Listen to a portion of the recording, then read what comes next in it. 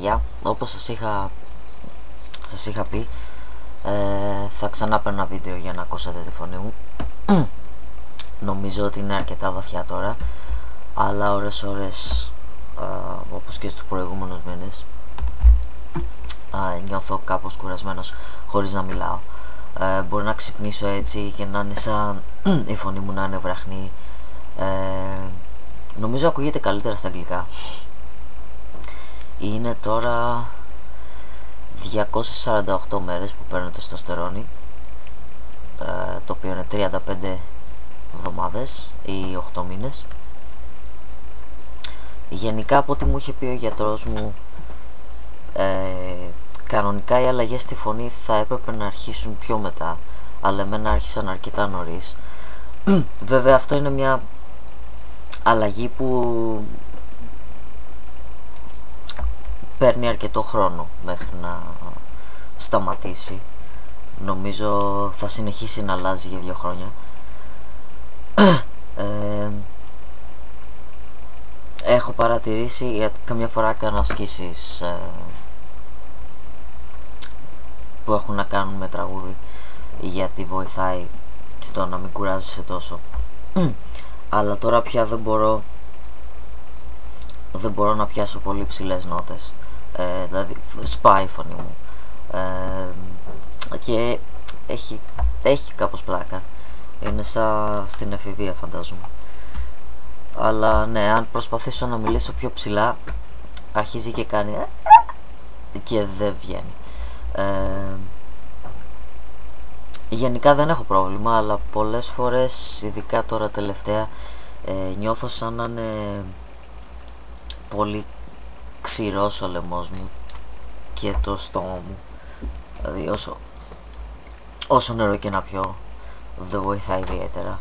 Επίσης διάφορα ζεστά αφεψίματα, πράγματα που μπορεί κάποιος να χρησιμοποιήσει όταν έχει πονόλαιμο ή κρύωμα, δεν νομίζω ότι κάνουν κάτι. Δηλαδή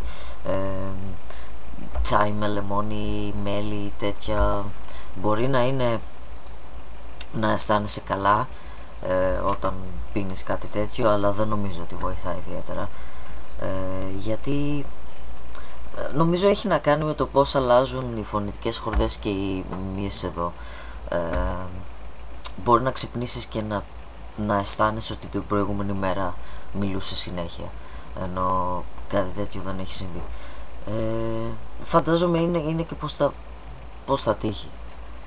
Μερικές μέρες δεν συμβαίνει κάτι τέτοιο, άλλες μπορεί να είναι συνέχεια έτσι.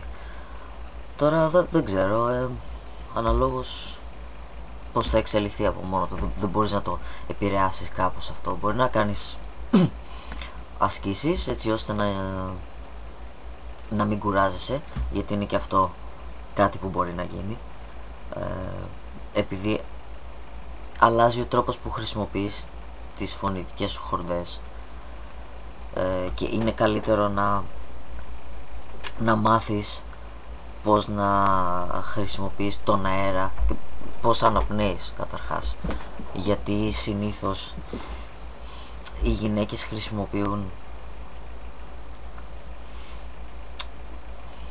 ο τρόπος που αναπνέουν οι γυναίκες διαφέρει από τον τρόπο που αναπνέουν οι άντρες.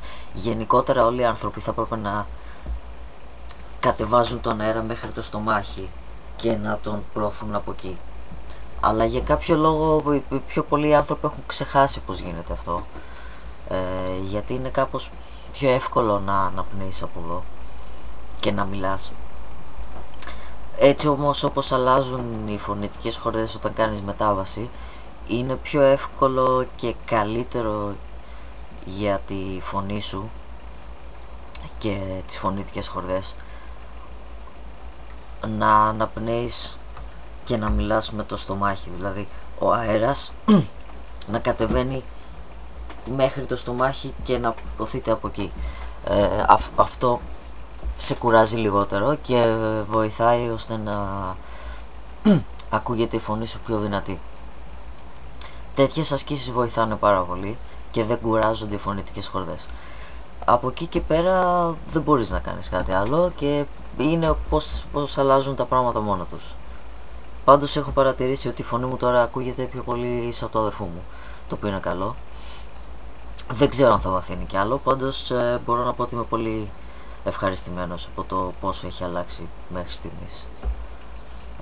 Αυτά. Τα λέμε.